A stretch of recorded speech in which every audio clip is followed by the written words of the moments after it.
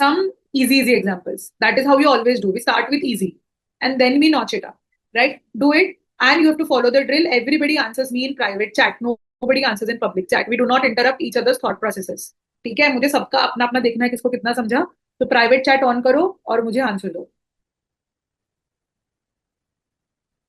Very good, है ना? Very good, very very good. चलो, वेरी गुड, एवरीबडी इज सही. देखो, तुम आंसर तो बता ही दोगे, मुझे एनालिसिस भी चाहिए. क्यों एनालिसिस क्यों चाहिए? एनालिसिस इसलिए चाहिए क्योंकि सिंपल, मैं हमेशा in all the subjects I keep iterating this, that when the questions are easy, deriving the answer is very like ऐसे बाएं हाथ का खेल. वी फील लाइक हमें आ गया, but when the questions start getting tough, then फिर नहीं आता. So our motive initially is never to get to the answer. Our motive always is to correct our thought process, right? So that is why I want you to tag, if there are 3 sentences, I want you to tag either their priority, medium, high, low, or tell me their purpose. For example, I'll tell you how I want you to answer. There are 2 ways you can answer me. First is, let's say there are 3 sentences, 1, 2, and 3, and you mark. For decades, economic growth has been treated as a primary indicator of national progress. This is a context, right? और a background. ये identify करना आना चाहिए हमें. ये identify करना आना चाहिए कि ये एक बैकग्राउंड है कि 10 सालों से, 10 सालों नहीं, for decades, for tens of years, economic growth has been treated as a primary indicator of national progress. कि इकोनॉमिक ग्रोथ जितना हुआ उसको नेशनल प्रोग्रेस बोलते हैं. ये सालों से चलता आ रहा है, ठीक है. ये बैकग्राउंड. तो फिर क्या? तो फिर तो फिर तो फिर पर पर अब ऑथर कुछ बोल रहा है. पर rising GDP figures often mask widening inequality, environmental degradation, or declining quality of life. पर however, author is thinking कि ये जो rising GDP figure है, मतलब economic growth हुआ, it masks, ये छुपा देता है इन कुछ negative चीजों को, है ना? तो सालों से ये चलता आ रहा है कि economic growth is equal to national progress. But the reality is that GDP figures which show economic growth often mask some negative things that like inequality, degradation, quality of life, degrading, ये सब चीजें छुप जाती है. ठीक है, तो ये क्या हुआ? somebody saying something. Yes, context हो गया, फिर हो गया ओपिनियन. ठीक है. हाउएवर, ये अभी ऑथर का ओपिनियन है कि सालों से ऐसा चलते आ रहा है. Yes, a point two bring out upcoming premise. Yes, upcoming premise नहीं, प्रेमिस बैकग्राउंड होता है. Upcoming conclusion, upcoming opinion. So author is now building. So this is second sentence. Author is building a thought, right? It is also an opinion. It's sort of an analysis. The author is like, however, हमने purpose सीखा था, याद है? और purpose हमने सीखा था, उसमें एक पर्पस था टू एनालाइज. और टू एनालाइज का ये जो शब्द है हाउएवर, ये उसका दोस्त था. कि many a times however word is used when the purpose is to analyse, right? तो ये हो गया, है ना? फिर the third sentence is, as concerns over climate change and social instability grow, economists increasingly argue that growth-centric models fail to capture what truly matters for long-term societal well-being. Context ये है कि जब क्लाइमेट चेंज और social instability बढ़ते जा रही है, economist का कहना है कि ये जो इकोनॉमिक ग्रोथ वाले जो मॉडल्स होते हैं, they fail to capture what truly matters in long term. कि सिर्फ जीडीपी से जो तुम, जीडीपी और इकोनॉमिक ग्रोथ से जो तुम बोल रहे हो कि प्रोग्रेस हो रहा है, तो उससे चीजें मास्क होती है. और इकोनॉमिस्ट का अभी कहना है कि actually these models fail to capture what truly matters in long term. So basically, what is author trying to say through this passage? Author is trying to tell us that growth-centric models fail to capture what truly matters in long term. So author is basically building the thought to tell us the main thing. What is the main thing? Growth-centric models are insufficient to measure the real societal progress. Answer तो सबने सही बताया था. ये sentence wise decoding is more important. ठीक है, क्योंकि अभी बैठ के हम सेंटेंस वाइज करेंगे ना, तो जब एक्चुअल हमको पैसेजेस करने पड़ेंगे तब हमें सेंटेंस वाइज की जरूरत नहीं पड़ेगी. वो हमारा मेमोरी बन जाएगा कि भाई ये बैकग्राउंड है, इसको हटाओ, ये थॉट है, इसको हटाओ, इसको हटाओ, ये एविडेंस है, ये मेन पॉइंट है. पढ़ते पढ़ते ही हमें समझ जाएगा. सही है? Okay, good. चलो, do the second one.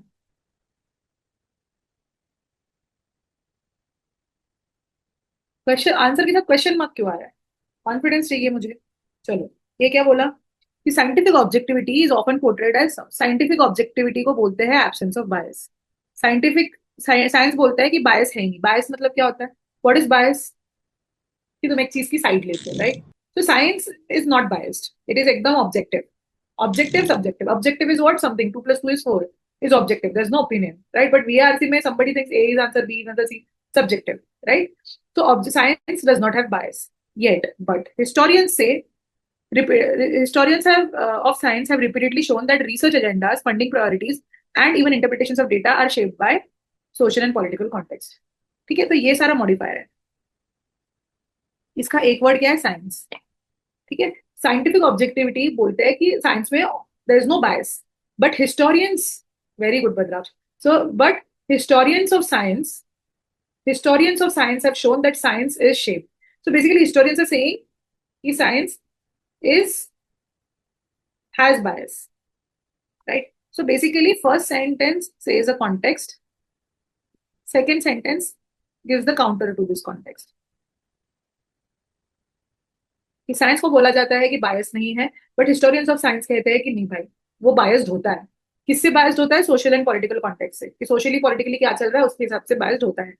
Acknowledging this fact, अगर तुम ये बात एक्नोलेज कर दो, इससे साइंस अंडरमाइन नहीं, इंस्टेड ज्यादा transparent and self correcting inquiry होगा. अगर तुम ये चीज एक्नोलेज कर दो कि साइंस में बायसनेस होता है, उससे साइंस अंडरमाइन नहीं बट और ज्यादा किसी तरीके से स्ट्रेंथन होगा. यही बोल रहे हैं वो, right? This is drawing conclusion,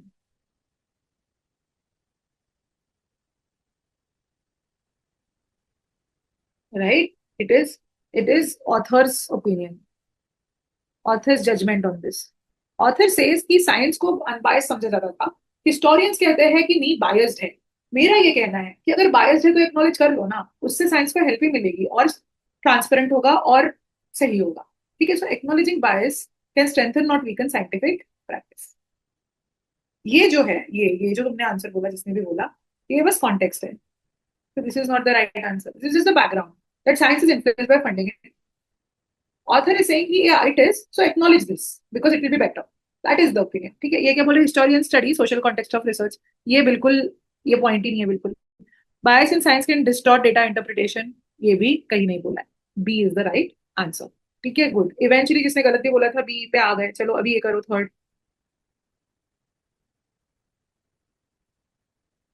इसमें ना वो वाला कॉन्सेप्ट यूज हो रहा है. मैंने बोला ना, result, the consequences are more important than causes. क्यों हुआ मैटर नहीं होता, क्या हुआ वो मैटर करता है. Very good. क्या हुआ एट द एंड? ये हुआ. And this is exactly what is happening. Digital platforms promise to democratise access to information, but their algorithms often prioritise engagement over accuracy. ठीक है, तुम्हारे कैट मेंटरशिप के साथ भी यही होता है ना? Algorithms, oh bring good hook, say something sensational, say something scroll stopping. उस सब चीज में जो रियल इन्फॉर्मेशन है, रियल गाइडेंस है, ऑनेस्टी है, वो तो चली गई. Because now you are suppose to say something sensational that is encouraging polarization. And honestly, I'll tell you, this will relate with you guys as well. Most of the influencers who have made it big, or you follow them, except a few who I respect a lot, mostly from my institute only, but others you will see that lot of polarize मतलब क्या है? ये सही है, ये गलत है. Polarization, because what happens is कि even Raj Shamani had mentioned it कि you polarize content. Polarize मतलब एक चीज की साइड लो. तो क्या होता है उससे कि when you choose a topic, let's say girlfriend versus boyfriend is the topic, how girlfriends behave versus how boys handle it. Okay, now you know that one, like half of the population aligns with girlfriends are right, that is females, right? Another half agrees that boys are right, right? So now what happens is when you, if I put like a very sensible content कि नहीं दोनों अपने side पे सही है, people are like हटा. But इससे कि लड़कियां सही होती है, लड़कियां ऐसी, तो then one audience, one type of audience attaches with it. तो क्या होता है, दूसरा audience you might lose, but this audience you are winning and they are becoming your followers for ever. And that is how you win. It's okay ना, 50 गया, 50%, but other 50% तो you are winning and you are winning high, right? तो that is called polarization, where in you tell something which appeals to people, right? Which people like to hear, है ना? तो वो होता है polarization. Sensationalization is whatever the topic is going on, जो भी अभी चल रहा है उसको उछाल उछाल के और बोलो. लाइक फनीली 2024 की कैट में ये हुआ था that some influencer came on board and were like कि डीआईएलआर कितना खराब था. सब लोग, सब टीचर्स और सब लोग मोर्चा निकालो कि डीआईएलआर खराब था. ये कैसा डीआईएलआर का पेपर हुआ? Sensationalization. One of the very big famous so called educator has also said कि आईआईएम्स को अपनी फी रिड्यूस कर देनी चाहिए. क्यों? क्यों बोला? ये डेटा बैक्ड है? नहीं. But you know that lot of people complain it. 25 lakh की फी क्यों है, 30 लाख की फी क्यों है, right? So a lot of aspirants think this fee is high, I'll have to take education loan, this is insane, I rather I'm Ahmedabad की जगह FMS से पढ़ लूँ, it is better because 2 lakh की फी है, etc. And you know that students को ये appeal करेगा. So if I end up saying it, I will have views. And that is called sensational content, but it doesn't make sense. Because if it made sense, ask any person who has ever graduated from topmost B school कि भाई तेरे को लगा क्या कि तेरे फी ज्यादा थी? पूछना किसी को. Anybody who has just entered the B school also. Ask them, do you feel the fee was high? या जिसने प्रोडक्ट सर्विस यूज कर लिया, जैसे मैंने यूज करके 4 साल हो गए ग्रेजुएट होके, पूछो ऐसे लोगों को कि तुमको लगा क्या फी ज्यादा है? बोले नहीं भाई, every penny was worth it. Right? But to aspirants, this is a sensational content. So this is what happens because algorithm favors this. And यही यहाँ पे बोला गया. I got a chance to rant because मुझे बहुत दिक्कत है कि lot of misinformation is available online and genuinely I hate it. My marketing team keeps telling me कि अरे ये hook use करो वो. I'm like नहीं चाहिए मुझे virality. मुझे चाहिए बच्चों का है genuinely. तो छोड़ो वो. But yeah. Digital platforms promise to democratize access to information, but their algorithms prioritize engagement over accuracy. The incentive structure amplifies XYZ things. So first sentence is a context setting. Usually ऐसा ही होता है. First sentence context setting sentence है, and second उसका बस explanation है या example है. So this is the lowest priority in the sentence ladder because you're like कि digital platforms. अच्छा, but के पहले हुए लिखा हुआ मैटर नहीं करता. but के बाद digital platforms का algorithm prioritize engagement over accuracy. इसी चीज को और एक्सप्लेन किया गया है बाय सेइंग कि एंगेजमेंट का अदर वर्ड है सेंसेशनल कंटेंट, पोलराइजेशन. ठीक है, एक्यूरेसी इज इन्फॉर्म्ड डिबेट. तो सेम चीज फिर से कही गई है, simplification. So this is the lowest priority. Third thing says result. As a result, the very tools designed to connect users may undermine the quality of public discourse. Public discourse is whatever information goes in public for discussion. That is called public discourse. So the tools that are actually designed so that right information reaches people is itself acting against it. So this is the conclusion. This is the result that the author is driving. So our result is always important than any context or any cause.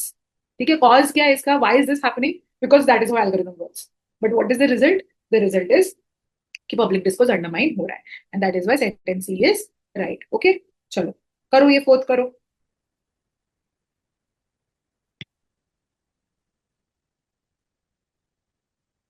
Yes, सही है.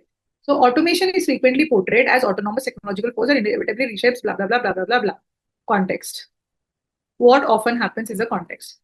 Such narratives, however, obscure role of political and institutional decision making in mediating. ठीक है, तो again what happened is context. Now you draw a claim. This is a claim. है ना. Context ये कि ऐसा ऐसा होता है बट मुझे लगता है ऐसा ऐसा है. जो तुम बोल रहे थे ना, बिल्डिंग टू अवर पॉइंट, कि ऑथर ने काउंटर कर दिया. ठीक है, कि ऐसा ऐसा माना जाता है but such narratives however obscure blah blah blah blah. ठीक है. So historical comparison suggest that societies with strong labour protection etcetera etcetera policies experience. देखो ये एक्सेट्रा एक्सेट्रा पढ़ रही हूँ मैं कि comparison suggest that societies with strong policies, basically strong policies, ये सब मॉडिफायर है. These are all details. But historical comparison suggests that society with strong policies experience automation very differently from those that treat market outcomes as self-correcting. अब context और जो तुम्हारा claim है ना, वो claim strong हो जा रहा है. तुम क्या कर रहे हो? तुम एक conclusion के towards जा रहे हो. ठीक है, तुम एक conclusion के towards जा रहे हो कि automation को frequently ऐसे portray किया जाता था. Such narrative has a limitation. Counter उसका है कि ऐसा portray किया जाता था, but वो portray का एक limitation है. वो लिमिटेशन क्यों है? The reason to that limitation you are explaining that limitation is because historical comparison ऐसा ऐसा कहते हैं. ठीक है, so framing automation as destiny therefore is definitely a conclusion. और हमें पता है कंक्लूजन तो बाप है सबका, high priority. Right. So framing automation as destiny therefore diverts attention from the policy choices that ultimately determine its social consequences.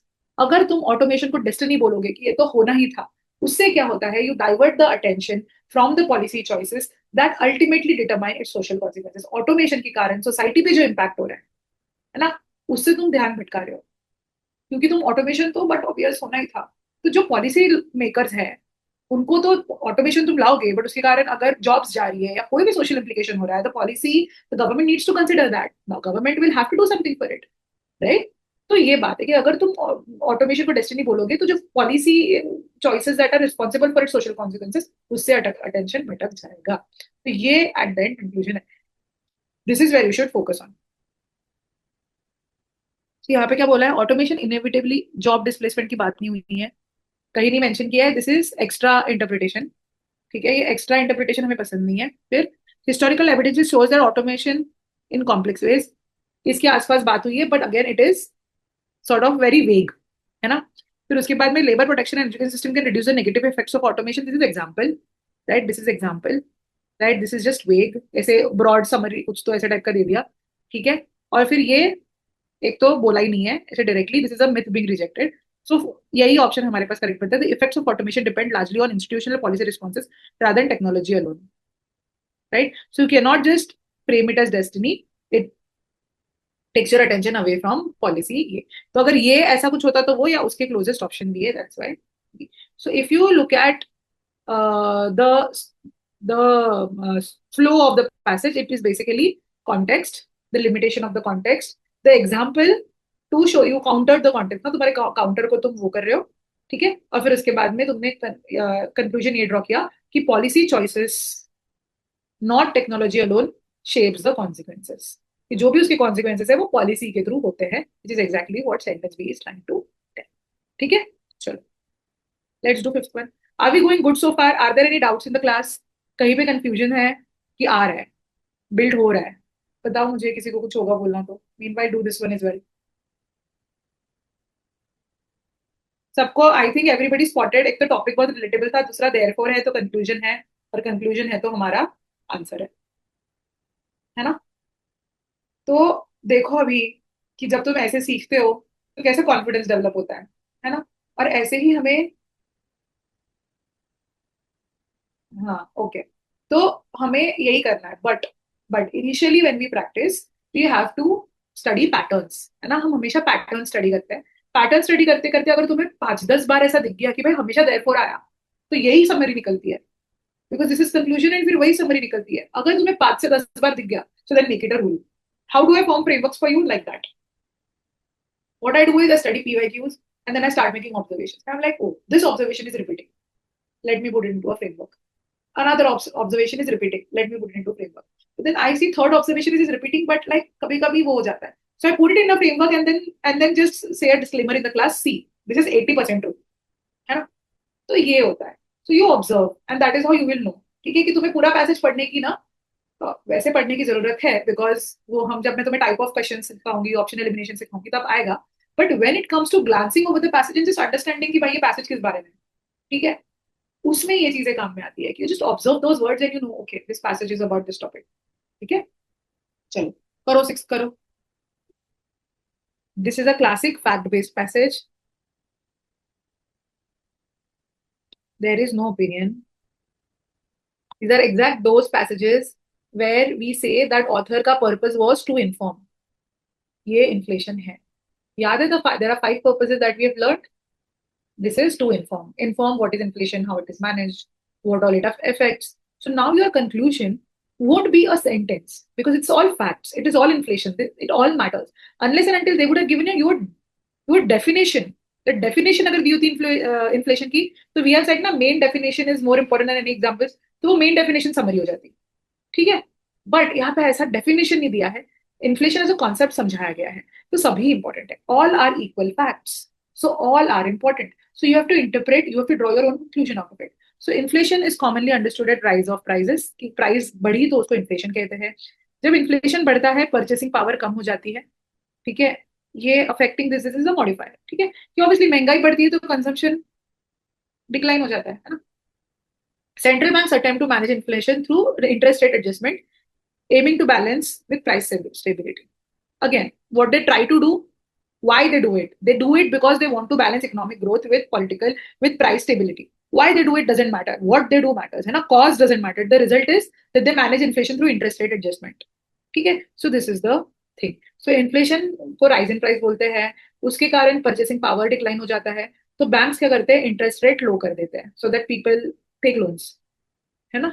बात यही होती है इन्फ्लेशन में, so that people adjust, interest adjust कर दिया तुमने, तुमने लो कर दिया इंटरेस्ट, तो people take low, so that purchasing power उनका बढ़ेगा and they are still able to purchase things, ठीक है। So inflation reduces purchasing power, this is partial, true but partial, this can't be the main point. They using interest rate, this is also true but partial. Inflation refers to sustained increase in over sustained increase, ठीक है चलो, ये भी true but partial, these are all true, but they are targeting different sentence। ये sentence 2 बता रहा है, sentence 3 बता रहा है, सेंटेंस 1 बता रहा है, हमें कुछ चाहिए जो सारे सेंटेंस बताए।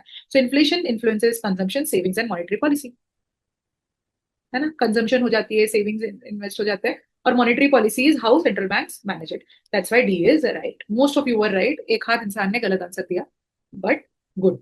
ठीक है, do you want to do more of these or take it for homework and jump to RCs now? More बोलो या आरसी बोलो तो मैं समझू। Do you want to do more of these or do you want to do RC now? Okay, we have one for RC, another for RC, third for RC. Okay. Everybody is saying RC at the end of it. So let us jump to RC. This will be uploaded on your portal. Make sure you go through and answer correct. ठीक है, फिर मैं तुम्हें answers बता दूंगी, हम check कर लेंगे आंसर्स। ठीक है, बट ये 1 2 3 4 10 लिए थे मैंने टोटल, तो ये 4 take it as a homework along with other homework that will get. ठीक है, चलो